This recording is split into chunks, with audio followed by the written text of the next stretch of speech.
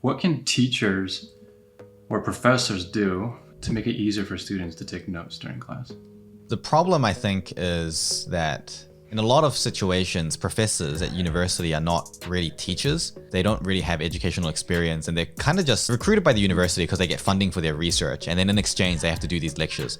So they're not necessarily like particularly invested in being better as an educator. And any uni student will like know that, and you can attest to that. It's like, you clearly don't want to be here. I don't want to be here. Why are we all here? And the reason that everyone is there is because you get funding for your research. In schools, it's a different situation. You know, the teachers are usually like, want the best for their students. The problem in schools is that teachers like overwork to the extreme. Teachers are the doctors of the educational workforce, So like, there's a lot of kind of like workforce exploitation and a lot of issues, in terms of like massive workload relative to what's in their job description. So there's not really much that's even possible for teachers to do. First of all, your teacher or your professor is never going to deliver information that's perfect for you. Unless it's a one-on-one situation and they've spent a long time thinking about you and the way you learn and your cognitive capacities and all that stuff, which is just unrealistic. And even then, the argument is that, well, really, that's not going to be the case every time you learn for the rest of your life. So you really need to learn how to deal with these imperfect scenarios. So I'm a big proponent of this thing called learner self-regulation, which is basically your ability and skill at overriding all these kind of external variables. Bad teacher, not interested in the subject, resources are overwhelming, they're talking too fast, it's all good.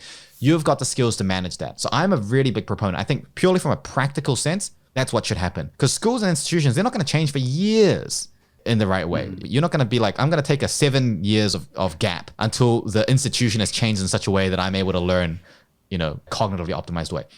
So that's the first thing. I think it's kind of irrelevant to think about the teacher or the professor changing.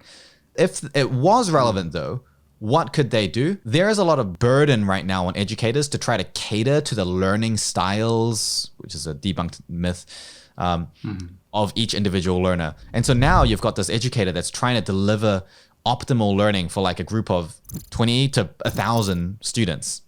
And that places a lot of stress and responsibility on the educator and their lesson planning and their delivery. That's not going to be sustainable. And so I think teachers and educators, they should focus on, yes, deliver the information, but spend less time on really optimizing the delivery of the information and spend a little bit more time on helping students navigate that difficulty, navigate their curiosity, and bring these things together. So all the things that I've been talking about right now in terms of grouping information, looking for relationships, these are things that the learner has to do. I think a teacher is in a great position to facilitate that, to ask questions that don't say, what relationship are you thinking of? But rather, how are you trying to think of that relationship, right?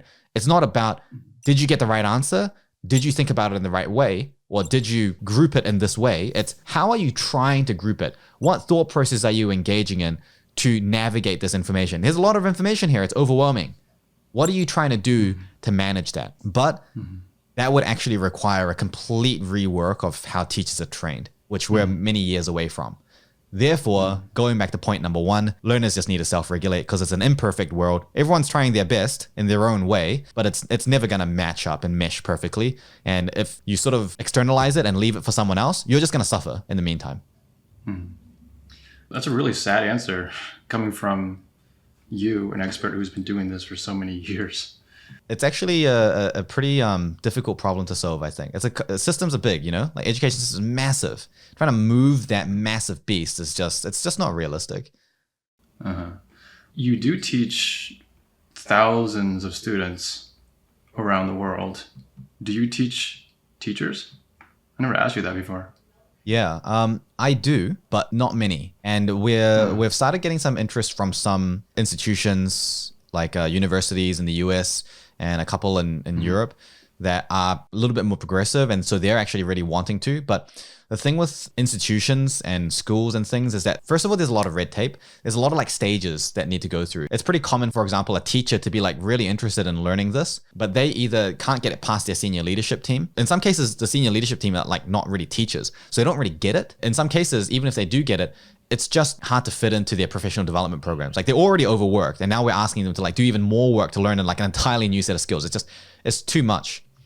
So what we've had more interest from is industry trainers, like companies and corporates that need to train their staff and employees, like new skills, job upskilling. There's actually a commercial capitalistic advantage because you're able to teach people skills they're retaining information. You're able to essentially upskill your staff faster, make them more profitable, and you're able to retain staff for longer. So we've actually had a lot more interest from that sector because they're like financially incentivized to be like competitively amazing at learning. But in schools and with teachers, it's very, very slow moving. And although there's a lot of conceptual interest by teachers, a lot of them just simply don't have the time, or the school doesn't facilitate it. It's a shame and very interesting. Sorry to go off topic there though, but do you have any remarks about note taking that you wanted to cover or that we didn't talk about? The only thing that I want to say is like, it is not going to be a process that is comfortable necessarily. You're going to have to do some problem solving. You know, it's not going to be your same old habit. So there's going to be a bit of discomfort there. It's going to be a little bit more confusing, and it just has to be expected. If you expect it to be like a walk in the park to learn these skills, I think it's just not a right expectation to go into, because it's a life-changing skill to learn effectively. It pays itself over, 100-fold easily. Yeah. But the process of creating that change is not something that's like, boom, boom, boom, I'm done. Like I spent one evening giving it a go, and then now I'm able to do it straight away. But the mindset is that every week that you're continuing to work on this, you might be getting a little bit better. You're getting 3, 4, 5% better every single week, right? And your goal may be to be 80, 90, 400% better than you are now. And that's great. That's a great goal to have. But don't let the top discourage you from getting started. The saying like I really like to give is like one that's often give for people that just start getting into like working out and gymming. They'll say like, oh, I don't want to like go to the gym because like I don't want to end up being like massively, like way too buff, which is kind of like saying like, I don't want to learn to drive because I don't want to like accidentally become like a NASCAR racer.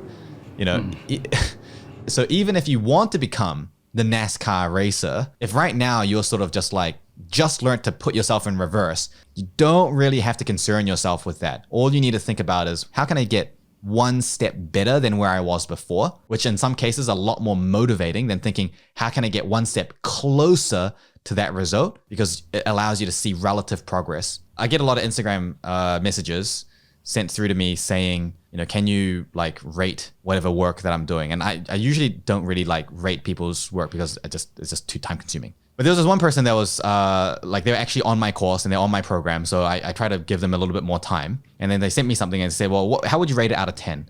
And what I asked them was, what's 10? Is 10 relative to how good I expect you to be at your stage and your level of development? Or is 10 the best it could possibly be for you in your full potential in life? And they were like, the best it could possibly be. And I was like, 0.5. And they're like, great. Now I feel like crap. So, however, they were like a 7 out of 10 relative to where they were. So if you're starting from like not really much knowledge about how to learn effectively, and it's just a few tips or tricks that you've applied here and there, and you're starting this journey for the first time, realistically, you're like only using a fraction of your full potential, which is really exciting. However, if your full potential is 10 out of 10, then you're going to be making incremental progress towards that. Whereas compared to a week before, if you say a week before is 0 out of 10, then a week later, you might be 2 out of 10. And a week after that, you might be 4 out of 10. And a week later, you might be 7 out of 10. Like, you're actually making relatively massive gains every single week that you're applying this. And you just continue to make those massive gains again and again and again and again and again. And eventually, you will reach that full potential. So I think there's a bit of a mindset game as well. Yeah, mindset and having the systems in place to measure your growth. Yeah. Well said, man. Well said.